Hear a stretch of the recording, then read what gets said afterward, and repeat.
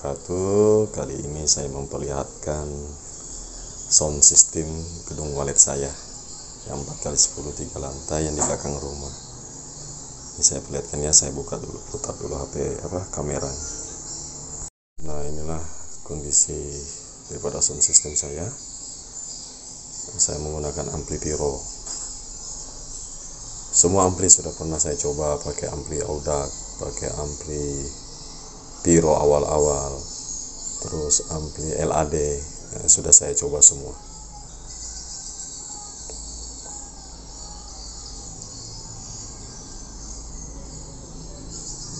Nah, jadi sebenarnya sih untuk settingan itu, bila ada yang mengatakan menentukan settingan saya begini-begini, jadi belum tentu settingan tersebut bisa diterapkan ke gedung lain.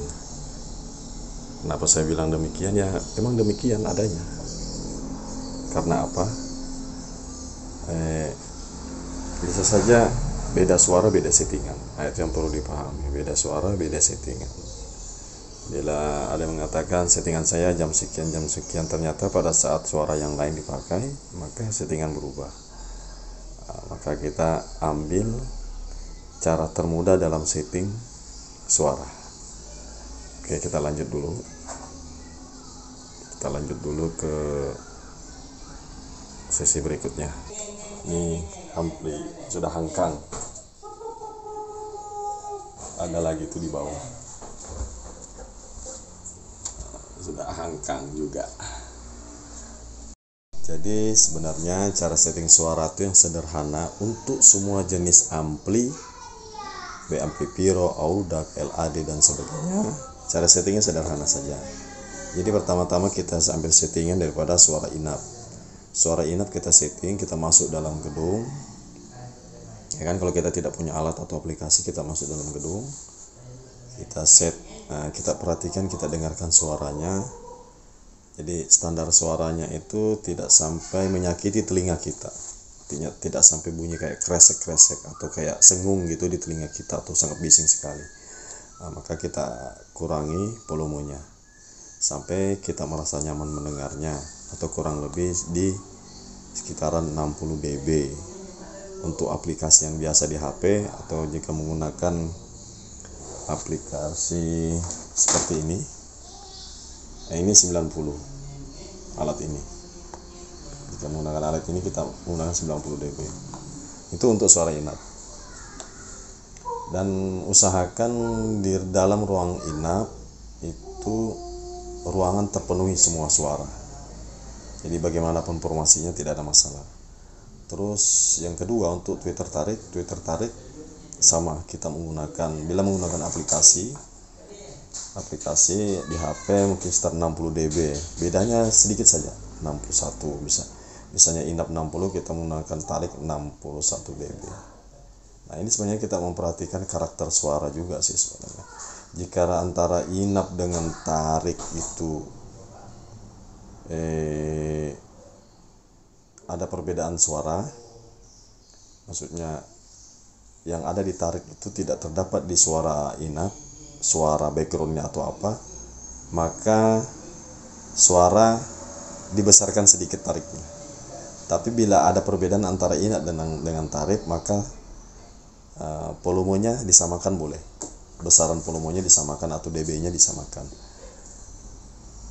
Jadi untuk suara tarik itu tadi settingannya, bila ada persamaan suara maka tarik dibesarkan sedikit volumenya dari inap, tapi jika ada perbedaan suara maka sama volume boleh. Karena apa? Burung tetap bisa membedakan mana itu tarik, mana itu inap. Itu untuk suara tarik. Demikian juga suara di lar. Di lar juga ini sama dengan suara tarik di dalam, volumenya sama besar, ya kan? Terus untuk di LMB ini usahakan suaranya tidak sampai feedback. Maksudnya suara di LMB ini lebih nyaring suaranya daripada suara di lar. Maksudnya terdengar sekali gitu, sehingga burung ini sudah cepat keluar kembali. Jadi cara setting suara di LMB juga lebih besar daripada suara tarik. tapi kita tetap sambil mengontrol suara di LMB bagaimana respon walet. Bila burung itu masih seolah-olah mendekat langsung mental menjauh atau ini berarti masih terlalu nyaring. Untuk itu dikecilkan. Untuk itu suara di volumenya dikecilkan sampai seolah-olah burung itu mau menempel atau terbang di tempat atau dia mau apalah gitu di depan LMB, maka itulah volume yang pas. Jadi sebenarnya volume suara ini sebenarnya tidak perlu terlalu nyaring. Ya sama sekitar 90 dB juga. Besarnya jangan terlalu menyolok gitu. Terus bagaimana dengan heksagonal? Heksagonal boleh besarnya dengan suara tarik.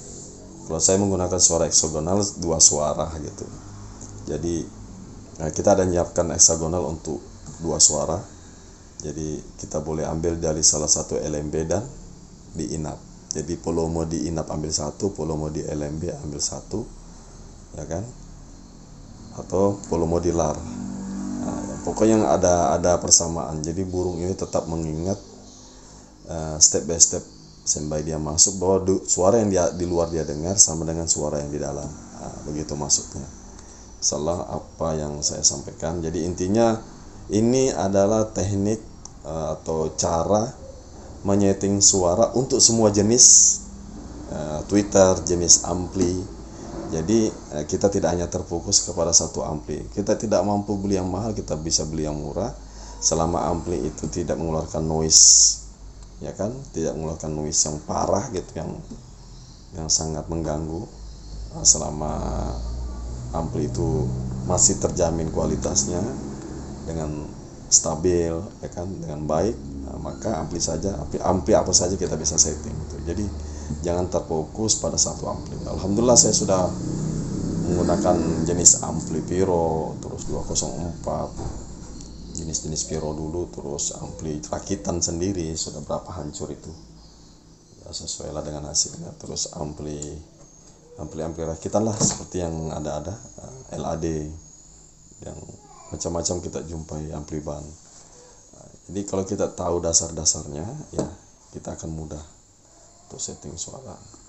Saya mudah-mudahan apa yang saya sampaikan ini bisa bermanfaat untuk teman-teman petani walet seluruh Indonesia dan seluruh Asia Tenggara. Jika menyukainya boleh like, comment, and share, dan jangan lupa subscribe. Sekian, Assalamualaikum warahmatullahi wabarakatuh.